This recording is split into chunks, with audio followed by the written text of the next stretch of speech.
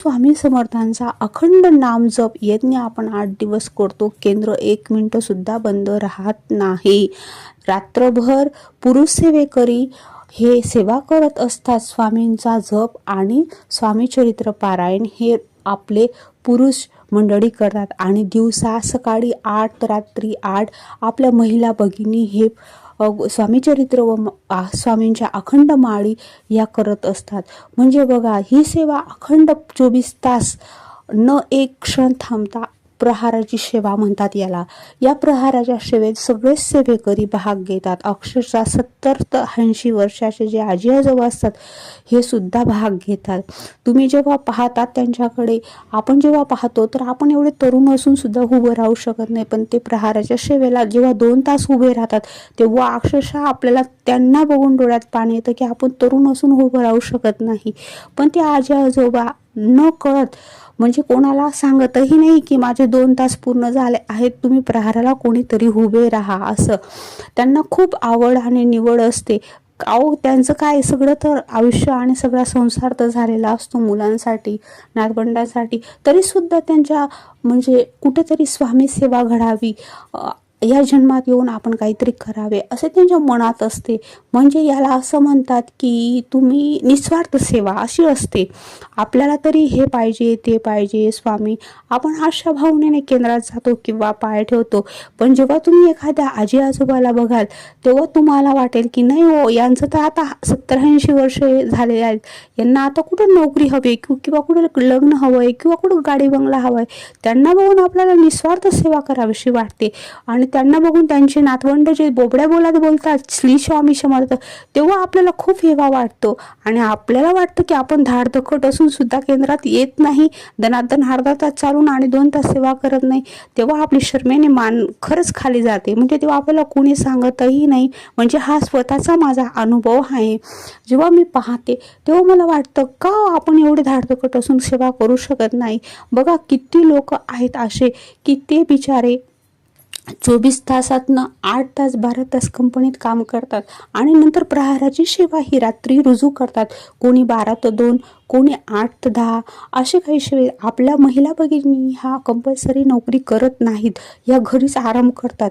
म्हणून तुम्ही मिनिमम अर्धा तास तरी प्रहाराची सेवा ही करायला हवी. आरतीला तुम्ही जात असाल ही गोष्ट तर उत्तम आहे. प्रत्येक सेवा ही चांगली असते. तुम्ही केंद्र झाडण्यापासून प्रसाद वाढण्यापासून प्रत्येक गोष्टी ह्या आवर्जून सप्ताह काळात तुम्ही करत असाल तर करत जा. बरे असो, जर माझी ही तोडकी मोडकी सेवा तुम्हाला आवडली असेल तर लाईक, शेअर आणि सबस्क्राईब जरूर करा आणि अशाच नवनवीन विविध व्हिडिओ पाहण्यासाठी हा व्हिडिओ शेअर करा आणि सबस्क्राईब करा. जर तुम्हाला पुण्याची शिजोरी ह्या जन्मात घ्यायची असेल तर श्री स्वामी समर्थांची आवर्जून सेवा करा. गुरुचरित्र पारायणाला जर तुम्हाला बसता आलं शक्य नसेल तर तुम्ही विविध सेवेमध्ये भाग घ्या. प्रहाराची जी सेवा असते त्याच्यात स्वामी चरित्र वाचले जाते, तसेच 11 माळी अखंड नामजप यज्ञ केले जाते. तसेच जे नामजप यज्ञ असतात, स्वाहाकार असतात, त्याच्यात तुम्ही भाग घ्या. गुरुचरित्र पारायणाला जर बसता आलं नाही याचं दुःख तुम्ही अंगाशी बाळगत बसू नका.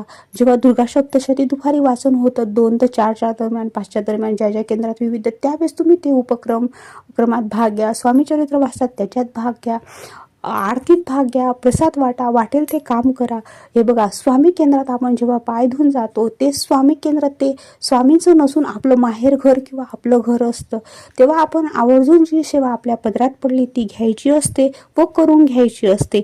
तिथं माझं तुझं आणि कोणाचं पर्क नसतं. हा बंगला आहे पैशावाल्याचा असं तुझं माझं काही नसतं. तिथंच प्रत्येक सेवेकरी येणारा हा श्रीमंत व गरीब नसतो, तो फक्त स्वामींचा सेवेकरी असतो आणि फक्त सेवा करायला आलेला आहे हे सगळ्यांना केंद्रावाल्यांना माहीत असते. ते कोणी आपल्याला काही सांगो, आपण जी सेवा आहे ती करत राहावे आणि कोणी नाव ठेवलं तरी आपण मागे वळू नये. आपण फक्त केंद्रात जाताना एकच गोष्ट लक्षात ठेवावी की आपण स्वामींसाठी जात आहोत आणि आपण स्वामींचे काम करत आहोत. आपण तर म्हणजे बोलणं हे चुकीचं आहे, आपण स्वामींचे काम करणारे कोणीच नाही. स्वामीच सर्व सृष्टी चालवणारे आहेत. पण खारीचा वाटा आपण जे म्हणतो, खारुताईने जशी रामाला एक काय म्हणतात ते रीती वाहून दिली, तसं आपण खारुताईचा वाटा म्हणून काहीतरी आयुष्यात येऊन स्वामीचरणी काम करायला हवे. आपल्याला धाडदकट हातपाय दिलेले असतात, म्हणून आपण गुरुचरित्र पारायण, स्वामीचरित्र असं काहीतरी केलं पाहिजे. श्री स्वामी समर्थ. घेतलेली व केलेली सेवा स्वामीचरणी अर्पण करते. तोडके मोडके जे बोलली ते माझे चुकलं असेल तर मला द्या, चांगलं असेल तर तुम्ही घ्या आणि लाईक शेअर सबस्क्राईब जरूर करा. श्री स्वामी समर्थ.